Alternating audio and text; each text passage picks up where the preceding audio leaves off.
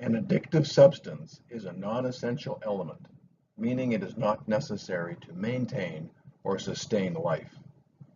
These chemicals can impact the nervous system by producing a sensation of satisfaction as it creates the desire or craving and need, physiological dependency, for more of the element.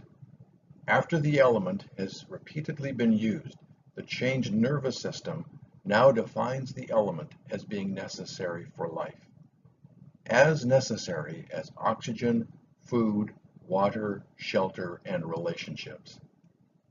Eventually, this element is seen as being more necessary for life than any of the other elements, and the addicted individual will be willing to sacrifice any of the other elements to get more of the addictive substance. The Merriam-Webster definition of addiction is the following: the compulsive need for and use of a habit-forming substance characterized by tolerance and by well-defined physiological symptoms upon withdrawal. Broadly, persistent compulsive use of a substance known by the user to be harmful.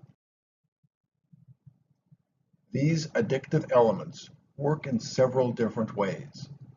They can mimic a natural neurotransmitter and activate a nerve cell directly.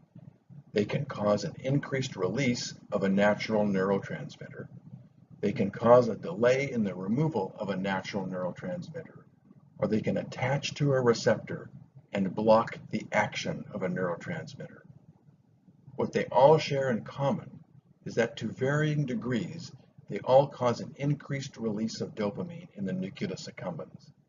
This release of dopamine labels the element as a reward and facilitates memory of the environment associated with the reward. Caffeine, the caffeine molecule. Caffeine acts as a stimulant in the nervous system, and it does this by the way it acts on the adenosine receptors.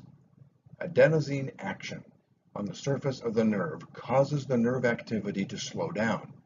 This causes drowsiness, dilates the blood vessels, and aids in falling asleep. Caffeine acts as an antagonist of adenosine, meaning it attaches to the receptor and does not allow the adenosine to attach to the cell membrane. Caffeine also causes an increased release of an adrenocorticotropic hormone that leads to an increased release of adrenaline that can improve alertness, improve learning, and memory. Caffeine can also cause increased anxiety, increased stomach acid, increased blood pressure, fine muscle tremors, and increased urination. Taken in overdose, which would be about 10 to 15 cups of regular coffee, a condition is known as caffeineism. This condition combines caffeine's physical dependency with symptoms of nervousness, insomnia, restlessness, irritability, irregular or rapid heart rate, and headaches. If used in modest doses, caffeine is not very addicting in that it seems to cause very little tolerance, but it may cause physical dependency in 50% of caffeine users who experience headaches, sleepiness, irritability, and nausea if they stop the intake of caffeine. Dependency on caffeine is the result of the increased levels of dopamine it produces in the nucleus accumbens core.